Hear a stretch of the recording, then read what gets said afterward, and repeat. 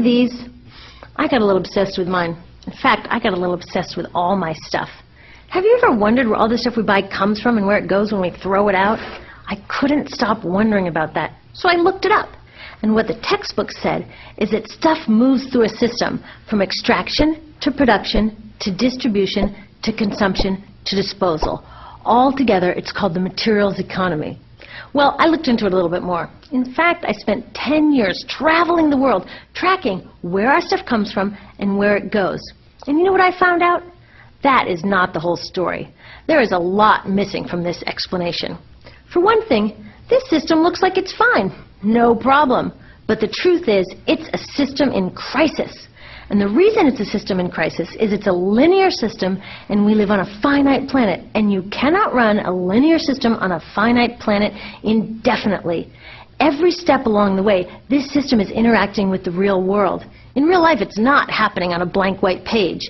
It's interacting with societies, cultures, economies, the environment. And all along the way, it's bumping up against limits.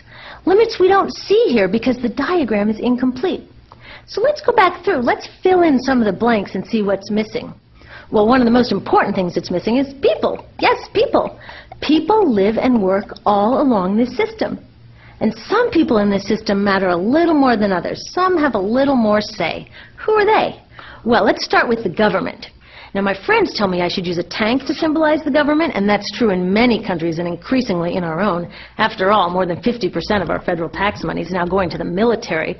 But I'm using a person to symbolize the government because I hold true to the vision and values the government should be of the people, by the people, for the people. It's the government's job to watch out for us, to take care of us. That's their job. Then along came the corporation. Now, the reason the corporation looks bigger than the government is that the corporation is bigger than the government. Of the 100 largest economies on Earth now, 51 are corporations. And as the corporation has grown in size and power, we've seen a little change in the government where they're a little more concerned in making sure everything's working out for those guys than for us. Okay, so let's see what else is missing from this picture. We'll start with extraction, which is a fancy word for natural resource exploitation, which is a fancy word for trashing the planet. What this looks like is we chop down the trees, we blow up mountains to get the metals inside, we use up all the water, and we wipe out the animals. So here we are running up against our first limit. We are running out of resources. We are using too much stuff. Now, I know this can be hard to hear, but it's the truth, so we've got to deal with it. In the past 3 decades alone, 1/3 of the planet's natural resource space has been consumed. Gone. We are cutting and mining and hauling and trashing the place so fast that we're undermining the planet's very ability for people to live here. Where I live, in the United States, we have less than 4% of our original forests left. 40% of the waterways have become undrinkable. And our problem is not just that we're using too much stuff, but we're using more than our share. We have 5% of the world's population, but we're using 30% of the world's resources and creating 30% of the world's waste. If everybody consumed at U.S. rates, we would need 3 to 5 planets. And you know what? We've only got 1. So my country's response to this limitation is simply to go take somebody else's. This is the third world, which some would say is another word for our stuff that somehow got on somebody else's land. So what does that look like? The same thing, trashing the place. 75% of global fisheries now are fished at or beyond capacity. 80% of the planet's original forests are gone. In the Amazon alone, we're losing 2,000 trees a minute. That is 7 football fields a minute. And what about the people who live here? Well, according to these guys, they don't own these resources, even if they've been living there for generations. They don't own the means of production, and they're not buying a lot of stuff. And in this system, if you don't own or buy a lot of stuff, you don't have value. So next, the materials move to production. And what happens there is we use energy to mix toxic chemicals in with the natural resources to make toxic contaminated products. There are over 100,000 synthetic chemicals in use in commerce today. Only a handful of them have even been tested for health impacts, and none have been tested for synergistic health impacts. That means when they interact with all the other chemicals we're exposed to every day. So we don't know the full impact on health and the environment of all these toxic chemicals, but we do know one thing.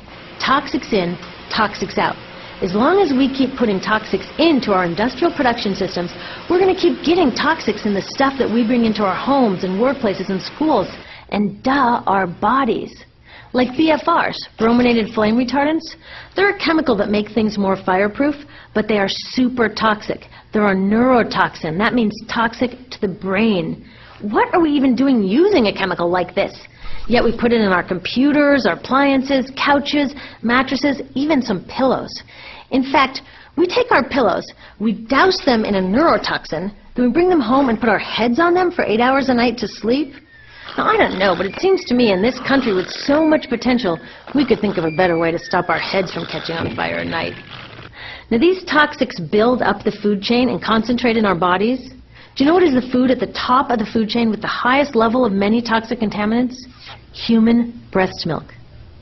That means that we've reached a point where the smallest members of our societies, our babies, are getting the highest lifetime dose of toxic chemicals from breastfeeding from their mothers.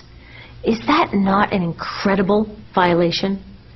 Breastfeeding must be the most fundamental human act of nurturing. It should be sacred and safe. Now, breastfeeding is still best, and mothers should definitely keep breastfeeding, but we should protect it. They should protect it. I thought they were looking out for us.